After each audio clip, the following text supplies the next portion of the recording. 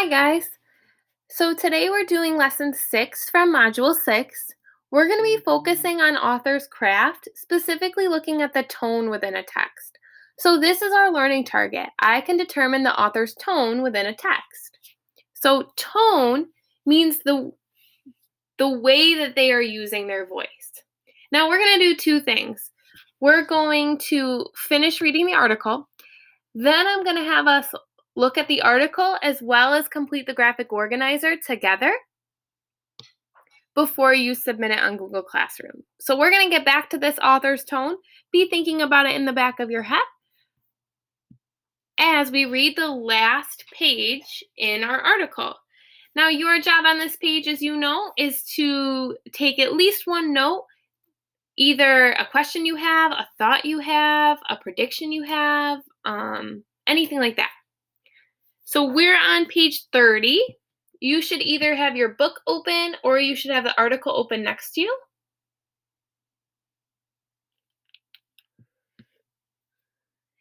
The Gates. Some statistics.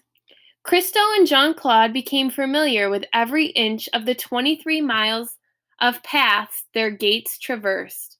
Most of the gates were sighted and then spaced 12 feet apart, but sometimes an overhanging branch or low-growing tree made an adjustment necessary. Not even one branch was trimmed. Tree roots were avoided and rock formations were respected. All proceeds from the sales of posters, mugs, t-shirts, sweatshirts, and other memorabilia went to support nature protection foundations. Chief Engineer and Director of Construction, Vince Davenport, Project Director, Juanita Davenport, to put up 7,503 gates took the following materials, which were manufactured to Christo and Jean Claude's exacting specification. 7,503 gates, 16 feet high. The width varies from 5 feet 6 inches to 18 feet, depending on the width of the path.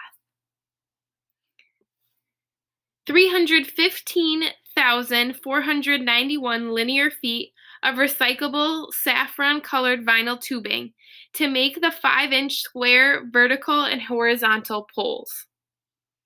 5,290 tons of steel to make 15,006 steel bases that weighed 600 to 800 pounds each to make certain that each gate was stable. 165,000 bolts and self-locking nuts.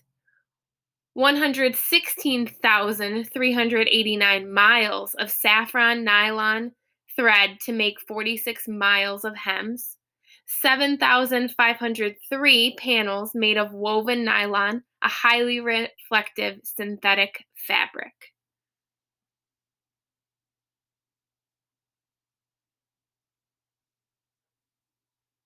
So how did they feel about nature?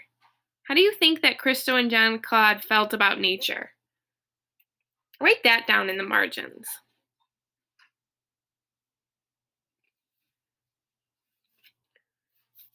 So once you're done with that thought, I'm going to have you open up two things. I want you to open up your author's craft, exit ticket, and I want you to turn to page 27.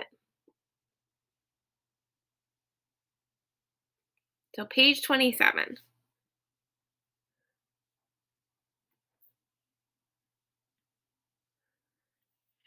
So author's craft. So in this one, we're talking about the author's craft, which is the language and the techniques that they use to make their writing interesting and to communicate their ideas to their reader.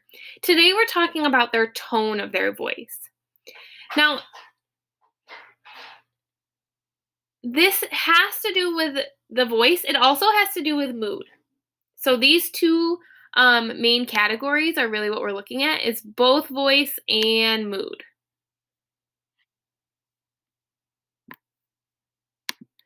So voice, the author's writing style that makes his or her writing unique. An author's voice may change depending on the genre of the text.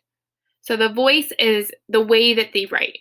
The mood is the emotions and feelings that you feel while you read it.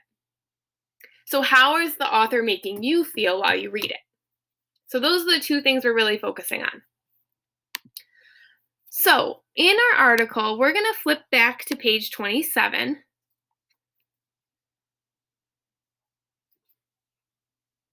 And we're going to look at paragraph 20, which is this bottom paragraph down here.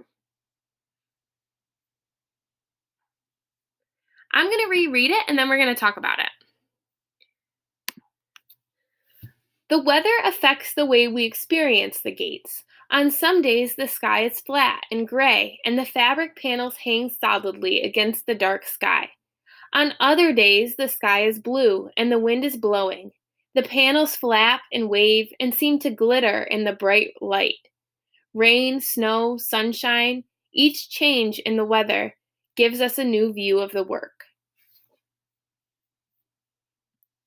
So the first thing that we're going to do is we're going to look at what words do the authors use to indicate how they feel about their subject or the artwork. So what words are they using in here to give you an idea of how they feel about their artwork? So I want you to specifically write down a few of the words that they're using in that box. So you can highlight them on here if you want to, and then you're writing them in here. So what words do they use to indicate how they feel about their subject or their artwork? What are those feeling words? Once you're finished with that, we're moving on to question 2. What words would you use to describe the tone of the writing in paragraph 20? So, looking back at paragraph 20, how would you describe how they're feeling or their tone?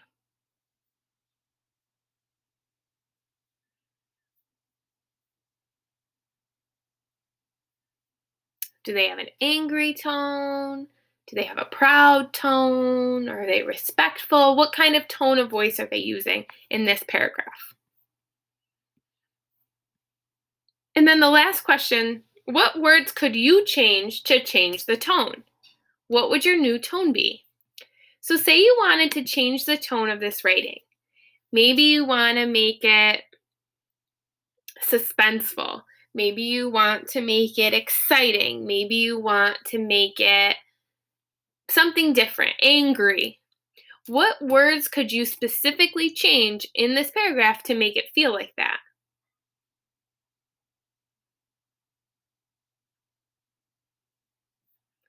Your job is to write what your new tone would be and what words you would change. If it helps you to rewrite the sentences in a different tone, write them in.